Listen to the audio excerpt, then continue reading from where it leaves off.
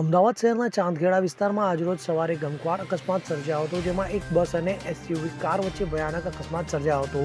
આ અકસ્માતમાં એક વ્યક્તિનું મોત નીપજ્યું હોવાનું સામે આવ્યું છે. તો મળતી માહિતી મુજબ ચાંદખેડામાં એએમટી બસ સ્ટેન્ડ આગળ એસયુવી કાર અને એએમટી બસ વચ્ચે ભયાનક અકસ્માત સર્જાયો હતો, જેમાં એએમટીની બસના પાછળના ભાગમાં એસયુવી કાર ઘૂસી જતા કારનો કચંગાળ વળી જવા પામ્યો હતો.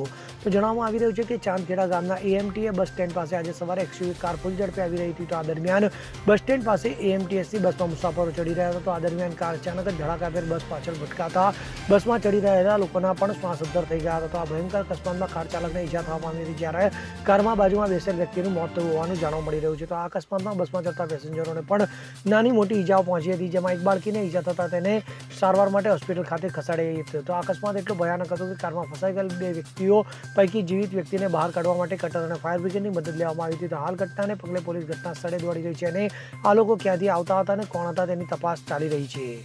રુસ્તમ શેખ સાથે CN24 ન્યૂઝ, અમદાવાદ. હવે જુઓ દેશ દુનિયાની તમામ ખબરો તમારી આંગળીના ટેરવે. ઉઠાવો મોબાઈલ અને Google Play Store પરથી ડાઉનલોડ કરો અમારી CN24 ન્યૂઝ મોબાઈલ એપ.